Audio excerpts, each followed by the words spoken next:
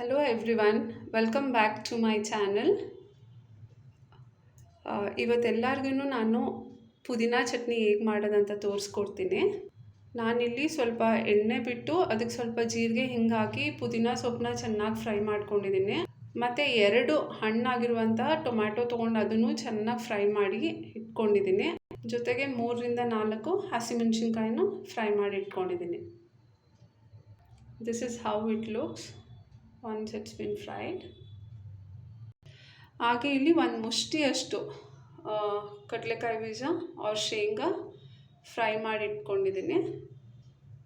ಅದ್ರದ್ದು ಸಿಪ್ಪೆ ತೆಗೆದು ಇದನ್ನೆಲ್ಲ ಒಟ್ಟಿಗೆ ಹಾಕಿ ಗ್ರೈಂಡ್ ಮಾಡಿಕೊಂಡ್ರೆ ಪುದೀನ ಚಟ್ನಿ ರೆಡಿ ಆಯಿತು. See, this is how we need to do it. This is how it looks. ಎಲ್ಲನೂ ಮಿಕ್ಸಿ ಜಾರ್ಗೆ ಹಾಕ್ಕೊಂಡಿದ್ದೀನಿ.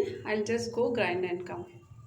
ಬೇಜಾರು ಮಾಡ್ಕೊಬೇಡಿ, ಸ್ವಲ್ಪ ಇಂಗ್ಲೀಷ್ ಮಾತಾಡ್ತೀನಿ, ಸ್ವಲ್ಪ ಕನ್ನಡ ಮಾತಾಡ್ತೀನಿ. ದಯವಿಟ್ಟು ತಪ್ಪು ತಿಳ್ಕೊಬೇಡಿ, ಅದು ಹಾಗೆ ಬಂದುಬಿಡತ್ತೆ ಮಾತಾಡಬೇಕಾದ್ರೆ. ಇವಾಗ ರುಬ್ಕೊಂಡಿದ್ದಾಗಿದೆ. ಭಾಳ ಚೆನ್ನಾಗಿರುತ್ತೆ, ಮಾಡ್ಕೊಳ್ಳಿ. ಒಂದು ಸ್ಮಾಲ್ ಒಗ್ಗರಣೆ ಹಾಕೊಳ್ಳೋಣ. ಸ್ವಲ್ಪ ಎಣ್ಣೆ, ಸಾಸಿವೆ, ಜೀರಿಗೆ, ಇಂಗು, ಉದ್ದಿನಬೇಳೆ, ಒಂಚೂರು ಒಣಮೆಣ್ಸಿನ್ಕಾಯಿ, ಚೂರೇ ಚೂರು ಹಿಂಗೆ ಹಾಕ್ಕೊಳ್ಳಿ, ಜಾಸ್ತಿ ಬೇಡ ಆಯಿತಾ. One table spoon oil ಸಾಕಷ್ಟೆ.